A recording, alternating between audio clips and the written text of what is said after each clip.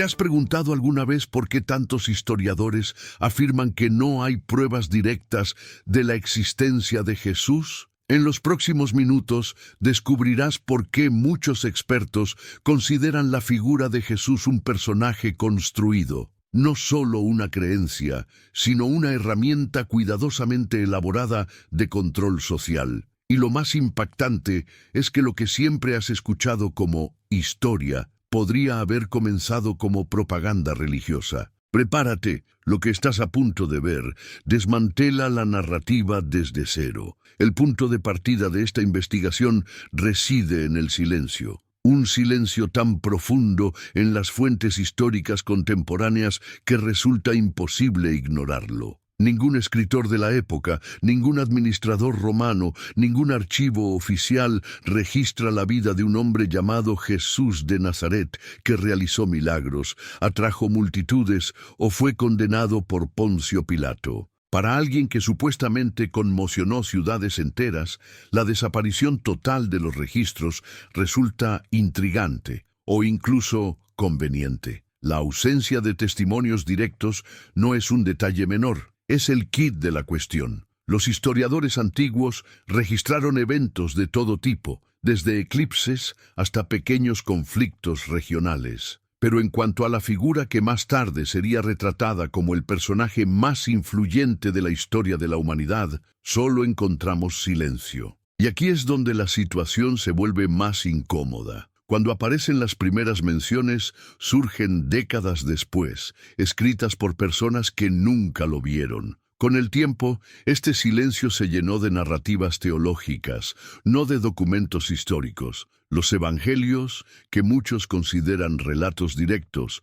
no fueron escritos por testigos presenciales. Fueron textos construidos con objetivos claros: reforzar creencias, organizar comunidades y responder a las tensiones políticas de la época. Nada de esto apunta a una biografía, sino a una construcción ideológica. Y aquí surge la pregunta que guiará todo lo que sigue. Si Jesús realmente existió como se describe, ¿por qué su historia solo aparece cuando la religión ya estaba tomando forma? Hay algo en este retraso que no encaja con un acontecimiento real, algo que sugiere intención, modelación y control, y que comprenderán en detalle en las siguientes secciones. Al analizar las primeras comunidades cristianas, surge un patrón difícil de ignorar: la necesidad de crear una figura central que unificara creencias dispersas. El Mediterráneo del siglo I era un caos religioso. Cultos mixtos,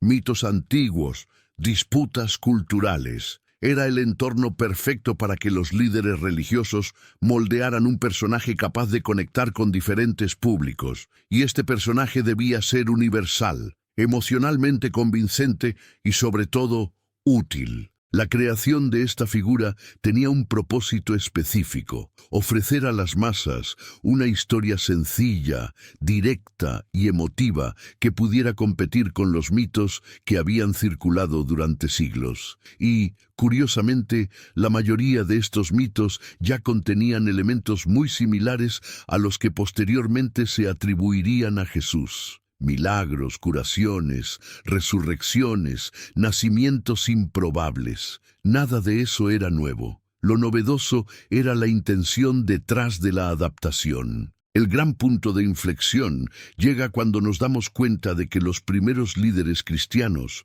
poseían algo que ninguno de los mitos anteriores poseía: una estructura organizada con objetivos estratégicos claros. No era solo fe, era un plan. La figura de Jesús era la pieza central de un sistema que necesitaba ser convincente para sobrevivir en medio del dominio romano. Y cuanto más convincente era la figura, más eficiente era el control sobre las masas. El detalle más inquietante surge al comparar las fechas. Los evangelios fueron escritos cuando quienes supuestamente vivieron con Jesús ya habían fallecido. Esto significa que nadie podía refutar, corregir ni confirmar nada. Esto abrió el camino para la creación no solo de un líder espiritual, sino de un instrumento perfecto para la dirección social. y cuanto más se desarrollaba la narrativa, más difícil se hacía separarla de su función. Antes de continuar, quiero que dejéis en los comentarios una frase sencilla,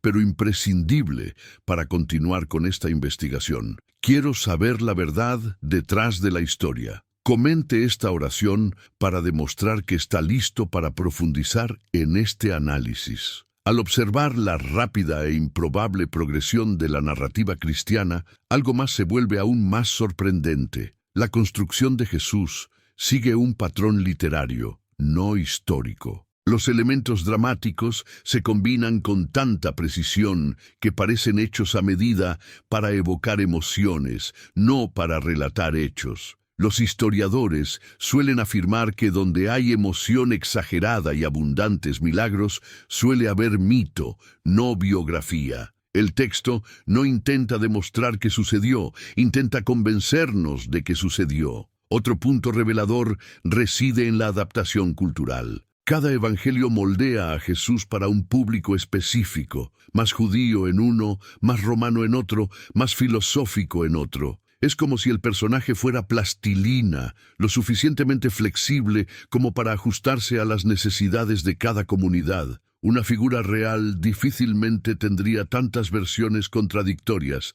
Una figura creada, en cambio, necesitaría precisamente eso para funcionar. Y a medida que las versiones se multiplicaban, la distancia temporal aumentaba. Cuantos más años pasaban, más libertad tenían los autores para añadir milagros, discursos y simbolismo. Esta distancia se convirtió en terreno fértil para el surgimiento de una figura casi perfecta, no porque existiera, sino porque necesitaba parecer más grande que cualquier héroe de los mitos antiguos. La construcción fue progresiva, capas tras capas. Lo que pocos comprenden es que esta flexibilidad narrativa fue esencial para la expansión del movimiento. Una figura completamente histórica no se podía moldear tan fácilmente, pero una figura mítica, presentada como real, ofrecía lo mejor de ambos mundos, tenía impacto emocional y servía como herramienta política. Y con cada nueva versión, Jesús se volvía menos humano y más simbólico, menos un personaje y más un instrumento. Y es precisamente en este contraste, entre el silencio de las fuentes y la creciente complejidad de la narrativa, donde surge la pregunta que nadie en aquel momento parecía atreverse a plantear abiertamente: si realmente existió. ¿Por qué su historia se asemeja cada vez más a un mosaico de mitos antiguos adaptados? Esta discrepancia es el primer hilo que, al tirar de él, desmantela toda la trama. Al adentrarnos en los primeros siglos, tras el auge del cristianismo, observamos algo aún más inquietante. Los textos que supuestamente confirmaban la existencia de Jesús fueron escritos por autores explícitamente comprometidos con el fortalecimiento de la nueva fe. En otras palabras, eran portavoces, no testigos, personas con un solo objetivo: consolidar un movimiento religioso en crecimiento, sí, pero que aún necesitaba legitimidad.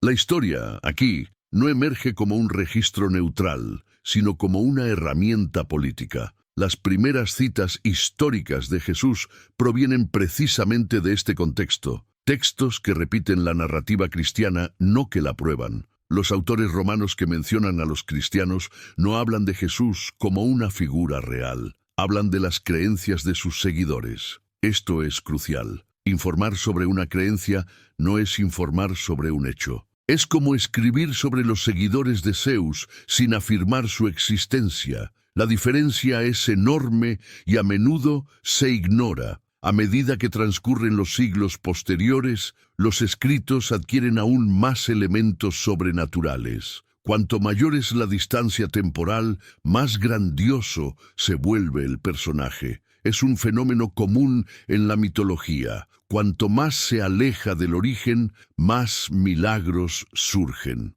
Esto ocurre con los héroes griegos, los dioses egipcios y las figuras legendarias de Oriente. La lógica es la misma. Lo extraordinario crece donde no hay testigos vivos que lo refute. Al mismo tiempo, la nueva religión ya había comprendido que controlar la narrativa significaba controlar al pueblo. Para ello, necesitaban una figura central, impecable, incuestionable, un líder que nunca se equivocara, nunca fallara, nunca se contradijera, y para asegurar que este líder fuera aceptado como real, bastaba con repetir su historia durante un tiempo suficiente, hasta que nadie se atreviera a imaginar otra versión. La repetición se convirtió en la mayor arma del cristianismo primitivo. Y cuando comprendemos cómo los líderes religiosos moldearon la figura de Jesús para satisfacer las necesidades políticas de cada época, resulta imposible ignorar la pregunta que resuena en el trasfondo histórico. ¿Cuántos aspectos de esta figura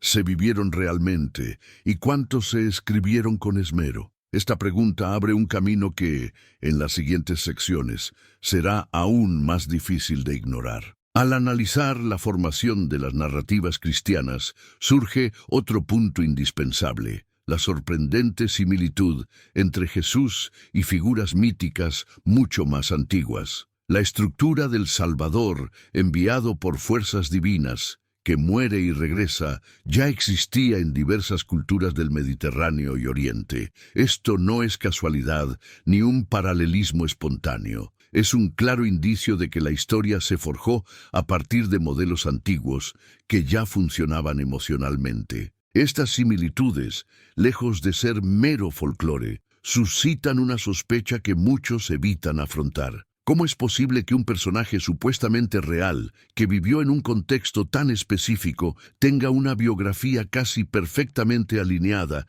con mitos que circularon siglos atrás? Esta coincidencia no sugiere historia, sugiere adaptación, y la adaptación es una de las señales más claras de una construcción narrativa intencional. Otro aspecto revelador reside en la forma en que se editaron los evangelios a lo largo de los primeros siglos. Las primeras versiones contenían contradicciones evidentes, muchas de las cuales se suavizaron en ediciones posteriores. La intención era clara: eliminar defectos, reforzar los milagros, dotar al texto de mayor solidez, coherencia y, sobre todo, de mayor utilidad para la expansión de la fe. Este proceso editorial no es típico de las biografías históricas, es típico de los textos teológicos. Y mientras se producían estos ajustes, otro fenómeno se desarrollaba entre bastidores: la consolidación de la autoridad religiosa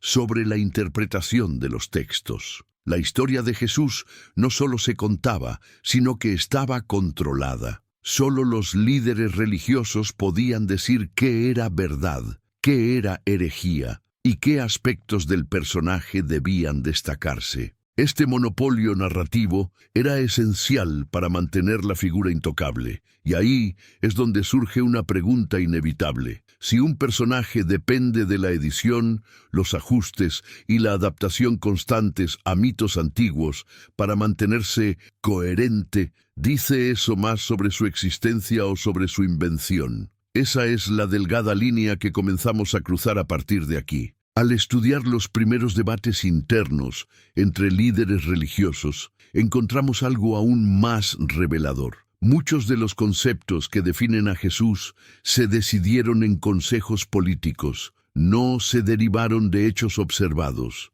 Decisiones sobre su naturaleza divina, su relación con Dios, qué versión de su historia se consideraría oficial. Todo esto se votó, discutió y debatió. No es así como se confirman los hechos históricos, pero es exactamente como se estandarizan los mitos. Esta estandarización revela una preocupación constante de la Iglesia primitiva: evitar divergencias que pudieran debilitar el poder del movimiento. La narrativa debía ser cohesiva, firme e irrefutable, y para lograrlo se suprimió cualquier versión alternativa. Los textos que contradecían la historia oficial fueron destruidos, los autores disidentes fueron perseguidos, y solo quedó la imagen aprobada colectivamente, una imagen moldeada más por el interés colectivo que por la realidad.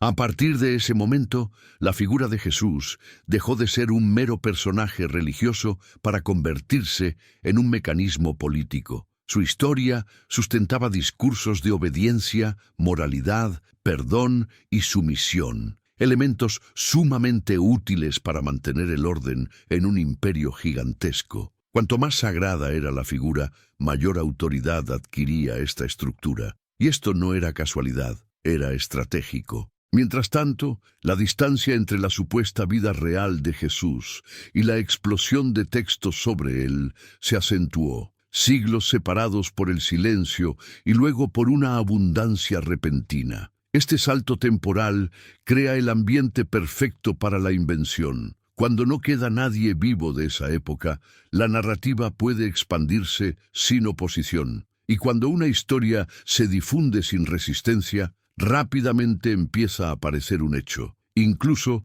cuando se originó como ficción. Y es precisamente en este punto donde surge la duda más incómoda para quienes defienden la existencia histórica de Jesús. ¿Por qué la figura más influyente de la historia de la humanidad depende tanto de decisiones políticas y tan poco de la evidencia directa? Esta pregunta abre una puerta que, en las siguientes secciones, será aún más difícil de cerrar. Con la expansión del cristianismo, surgió otro factor revelador. Los líderes religiosos no solo difundieron la historia de Jesús, sino que moldearon la percepción que la población debía tener de ella. No bastaba con relatar la narrativa, era necesario eliminar cualquier posibilidad de cuestionamiento. La fe debía fortalecerse no con la evidencia, sino con la autoridad.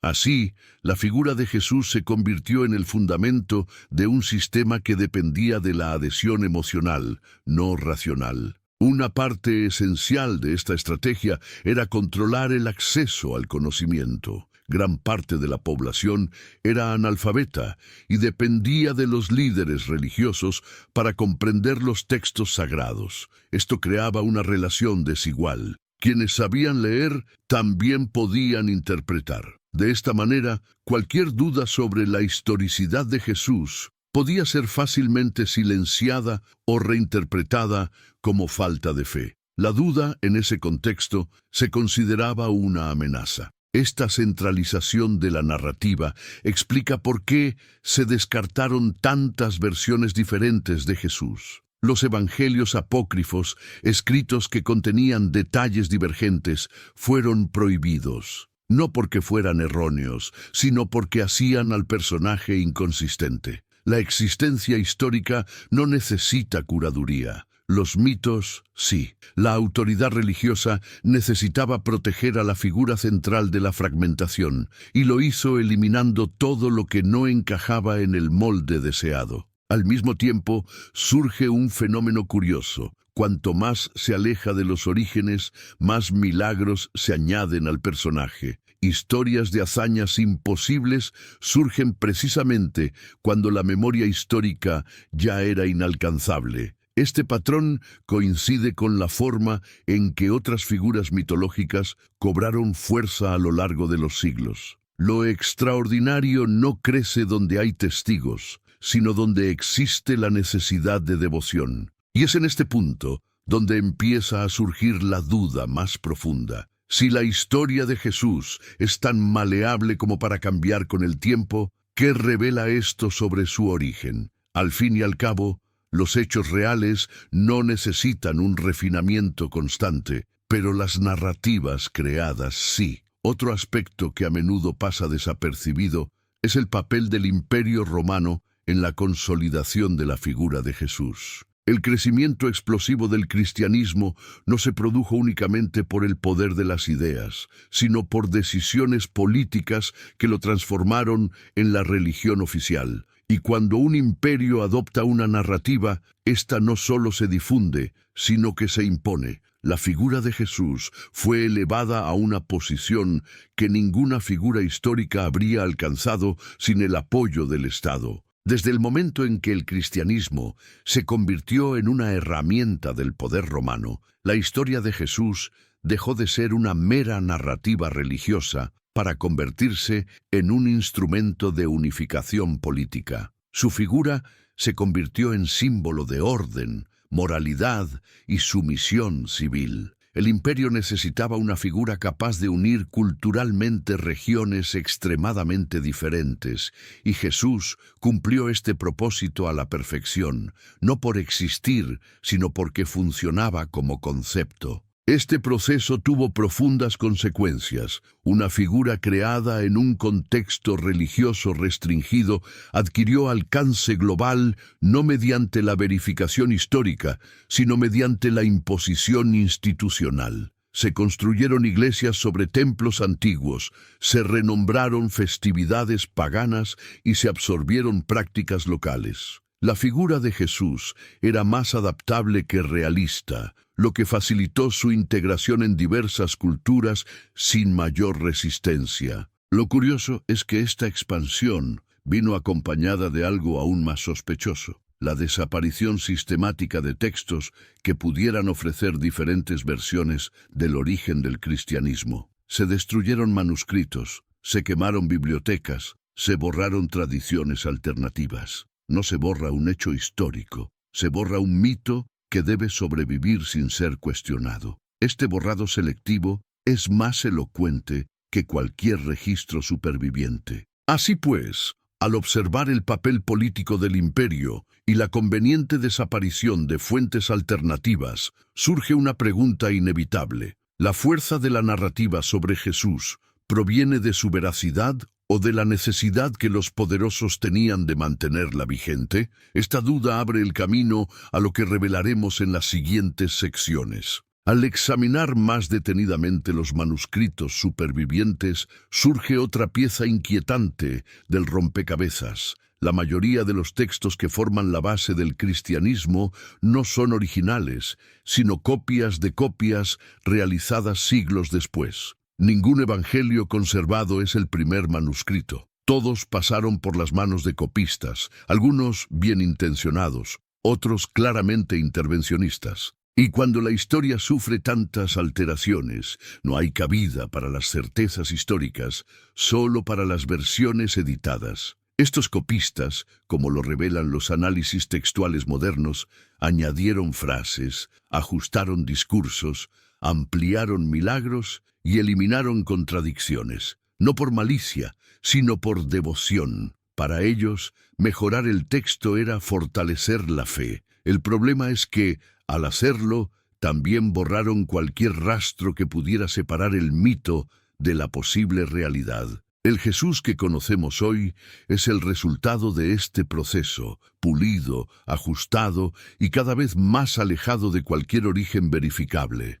Es en este escenario de sucesivas alteraciones que surge una revelación que rara vez se discute fuera del ámbito académico. Cuanto más antigua es la versión encontrada, menos sobrenatural parece Jesús. Los primeros fragmentos presentan un personaje más simple, menos divino, menos milagroso. Esto es exactamente lo contrario de lo que esperaríamos de una figura histórica, pero es precisamente lo que ocurre con los personajes mitológicos con el tiempo. Evolucionan hacia lo extraordinario. Además, los descubrimientos arqueológicos modernos revelan que muchos de los acontecimientos descritos en los evangelios simplemente no coinciden con las estructuras sociales, políticas y geográficas de la época. Las ciudades mencionadas aún no existían. Las costumbres descritas no se practicaban. Las autoridades citadas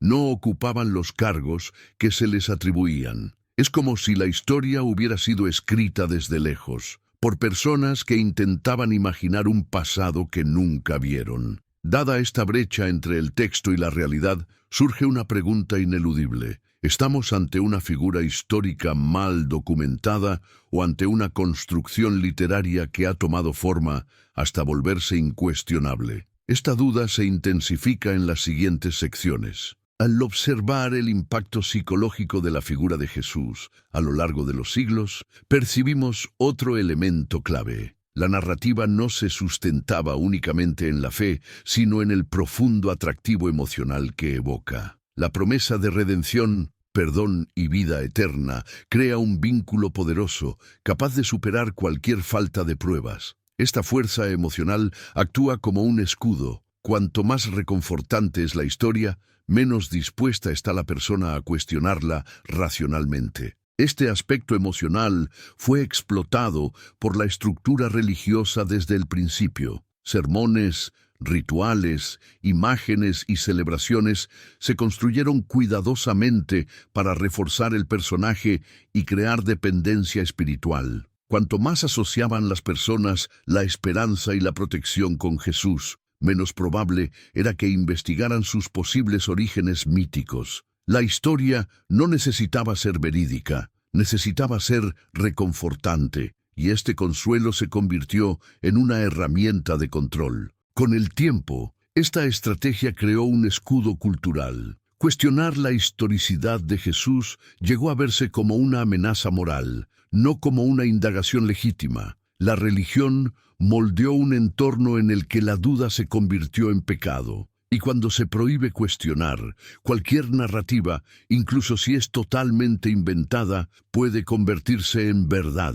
Y fue precisamente este terreno fértil el que permitió que el mito creciera sin resistencia. Al analizar este proceso, se hace evidente que la fuerza de la narrativa no reside en la evidencia histórica, sino en la repetición emocional. Millones de personas que repiten la misma historia durante siglos crean la impresión de que debe tener un origen real. Pero la repetición no es una prueba, es simplemente un refuerzo. Y es precisamente este refuerzo continuo lo que impide a muchos ver lo que tienen ante sus ojos. La historia tiene más características de construcción mitológica que de biografía. Y antes de pasar a la parte más reveladora de los siguientes segmentos, dale a me gusta, activa la campanita de notificaciones y suscríbete para no perderte el resto de esta investigación. Lo que sigue expondrá puntos que rara vez se discuten y que podrían cambiar por completo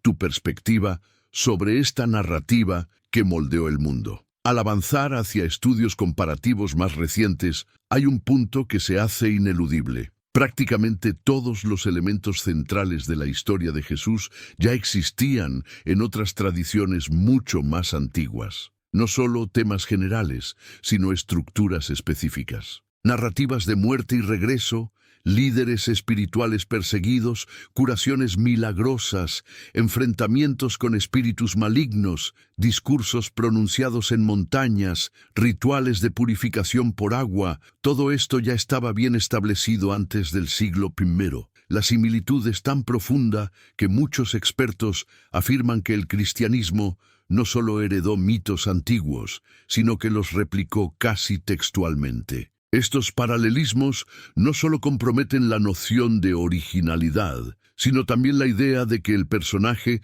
se basa en una persona real. Porque una biografía auténtica nace de acontecimientos concretos, no de estructuras literarias preexistentes. Cuando todos sus momentos clave encajan a la perfección en patrones mitológicos previos, la pregunta deja de ser ¿qué experimentó Jesús? Y se convierte en ¿de qué fuente se construyó Jesús? Este cambio es crucial para comprender la naturaleza de la narrativa. Otro elemento refuerza aún más esta conclusión: la ausencia no solo de evidencia directa, sino también de rastros indirectos. Ningún objeto, inscripción, carta, documento administrativo, nota militar, memoria familiar o referencia contemporánea menciona a alguien con el perfil de Jesús. Para una figura retratada como extremadamente influyente, esta laguna es inexplicable. Figuras mucho menos relevantes de la misma época tienen registros.